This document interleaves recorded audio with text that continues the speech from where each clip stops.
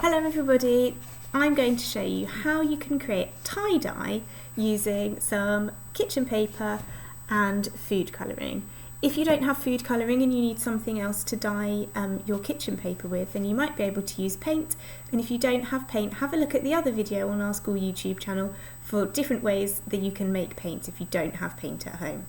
So it's really simple to do, you just need some kitchen paper, some rubber bands and something to colour it with. Okay, when we do normal tie-dye, maybe with some fabric, you would use dye, which is specially brought. However, for this is absolutely fine. So I've got my piece of paper, I've gone for a double thickness, but it doesn't matter. And then I'm just going to fold it in different ways. So I've created a square, but I'm going to then get my rubber bands, I'm going to tie them at different points. And the important thing is that you tie these really tight. Keep going as many times as you can, kind of until your fingers won't even fit round anymore. The tighter you can tie your bands, the better the effect. So I've done one up there. I've actually got rubber bands which are different thicknesses. It doesn't matter if you don't, but I'm gonna tie this one around the middle. And again, really trying to make it as tight as possible.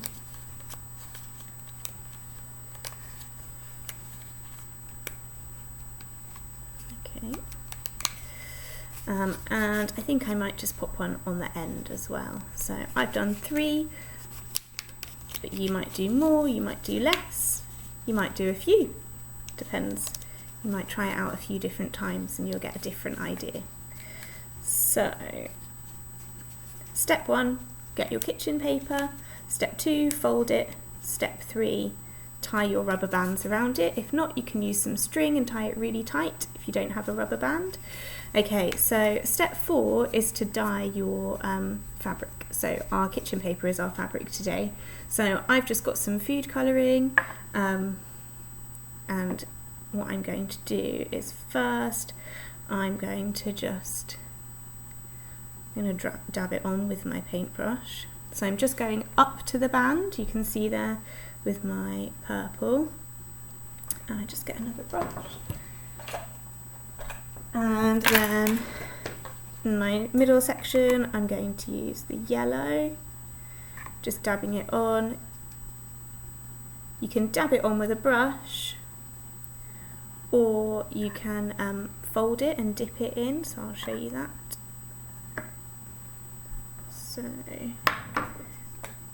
I'm going to fold it so that I try not to keep the other colours, mix the other colours, and then you can see when I just dip it in, the colour captures. So I'm going to do that so that that section is all coated in the colour, and just dab the tail. Obviously you can have as many different colours as you've got. You might just have one colour, so you might try and do it with just the one colour and have some spaces which are clear. So this is wet at the moment, so I'll just pop it down, and you'll leave it to dry. It will take longer than this video to leave it to dry, but I did one earlier and this one isn't dry either because I was too impatient and I wanted to see the results. But what you do is you just snip off or unravel the elastic bands or thread, and you can see that this would be where my first elastic band went when my fabric was all together, and then you can see where my second one was. So you can see the different colours, and it has a really amazing effect. I really love it. So you might like to explore doing that yourself. You might get really good at it, and you might have an old pillowcase or bed sheet or blanket, and you might want to invest in some actual dye and have a go at creating your own piece of textile art. So what I'll do is I'll just show you what happens. It might not be very effective on this one because I've only just created it, and the best thing is to leave it to dry. So leave it in somewhere dry and warm. Maybe if you've got an airing cupboard at home, or maybe if your kitchen gets really warm when you've been cooking. So I'm just going to snip off the bands so that we can see what's happened, but in an ideal world we'll leave it long enough so that the colour can really develop. So I'll just unravel that one, And of course, because my fabric, my tissue paper, is wet at the moment, it's going to be really fragile, so I have to be careful because I'll probably pop a hole in it by accident. And just get my last band off. Okay, so you can see I've removed the bands, and then carefully I just need to unravel it.